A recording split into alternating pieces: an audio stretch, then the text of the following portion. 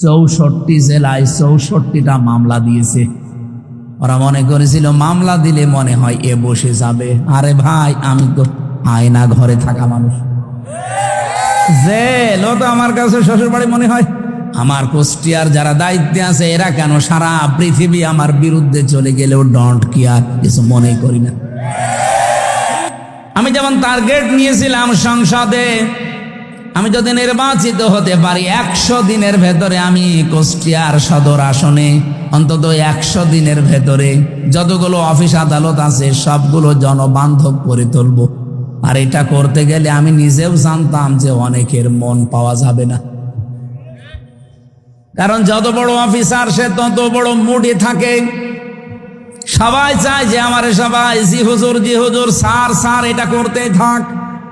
চেয়েছিলাম যে DC, SP, TNO, OC, civil surgeon সহ সরকারি যত প্রতিষ্ঠান আছে এগুলো যেন জনবান্ধব হয়, মানুষ যেন সেখানে যে ভয় না পায়।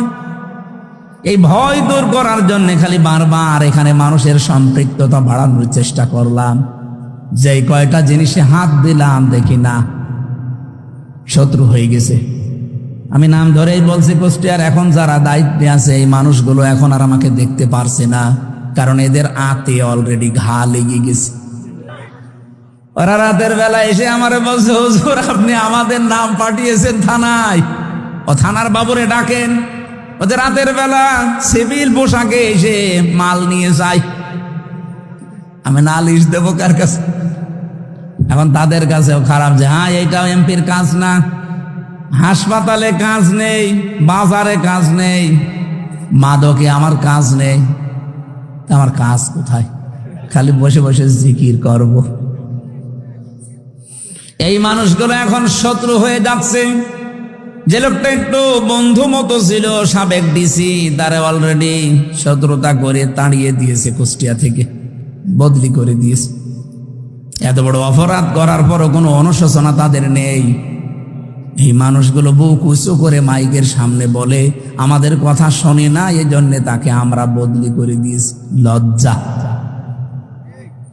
আমি ওই দিন স্ট্যাটাস দিয়েছিলাম যে সৎ, যোগ্য এবং ভালো মানুষের কদর বাংলাদেশে নেই। যে যত বড় দুর্নীতিবাজ সে এই দেশের তত বড় হিরো। দেশের একেবারে 12টা বাজিয়ে দিচ্ছে যারা, তারাই নাকি এই দেশের এখন সর্বোচ্চ জায়গায়।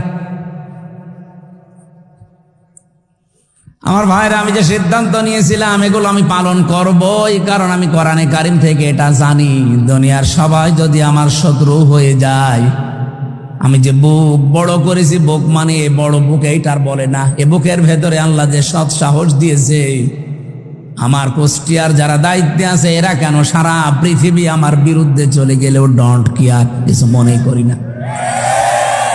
নির্বাচনের আগে যেই কথাগুলো মাওলানা হোসেন একটা টাচ দিয়েছিল, এত বেশি শত্রুতা বাংলাদেশে কোনো এমপির বিরুদ্ধে কেউ করে নাই। আমার একেবারে সেই 11 সাল থেকে শুরু করে কাটছাট ভিডিওগুলো এনে 64 জেলায় ওরা 64টা মামলা পর্যন্ত দিয়েছিল। কে দিয়ে? আমি একটা উদাহরণ দিতে গিয়ে 8 জনের নাম বলেছিলাম, তার ভেতরে আরাফাত রহমান, ওনার নামটাও ছিল। ওনার নামের ওই শেষে যে দুটো শব্দ আছে, ওই শব্দটাকে আমি বলেছিলাম এটা যদি কয়কার না দিয়ে কেউ কয়হস্যু দেয় তাহলে পাল্টিয়ে যায় নামটা। এইরকম আরো 8টা নাম বলেছিলাম, সেগুলো বলেন।